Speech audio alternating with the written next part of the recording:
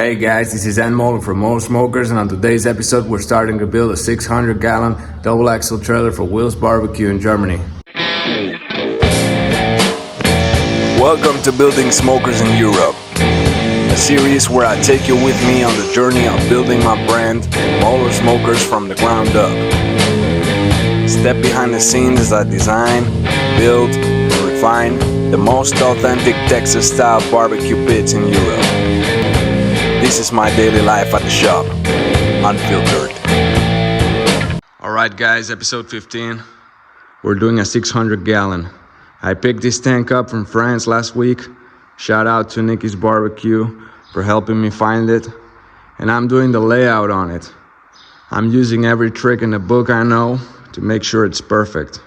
I'm using plums, straight edges, a center head square I made to find these center points on the curb edges.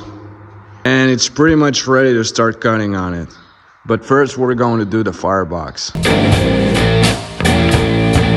Yesterday I cut the firebox out of a 250-gallon tank. And this is the outer shell, because this is going to be an insulated firebox. And I'm about to make the fitting. This is some real old school smoker building. I made sure everything was perfect using plums and levels. And I kind of marked where the round hole needs to go. So I think I'm about to cut it. The fitting's done. It worked out perfectly.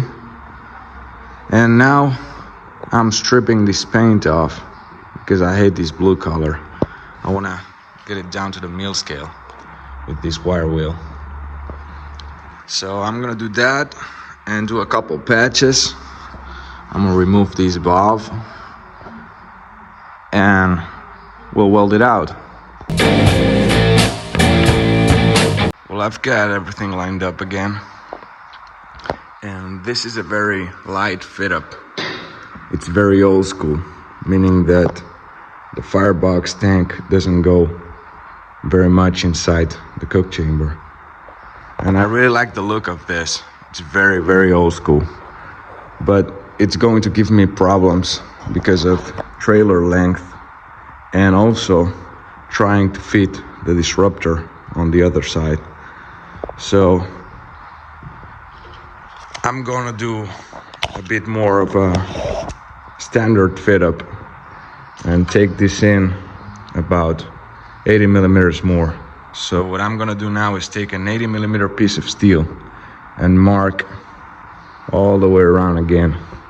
Make this hole bigger so I can push the firebox in. Well, as you can see, I gotta make this opening much bigger, especially on the bottom. So let's get to cutting. Here it is, all cleaned up and fitted. I tacked it up. Now it's time to weld it out. And it's done, guys. Firebox shell is welded in. Looking nice and pretty.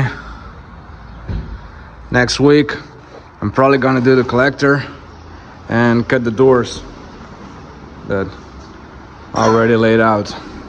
And that's it for today, folks. I hope you're digging this build. It's huge, it's traditional, it's different from what I usually do, and it goes in a huge trailer, so I'm pretty excited about it.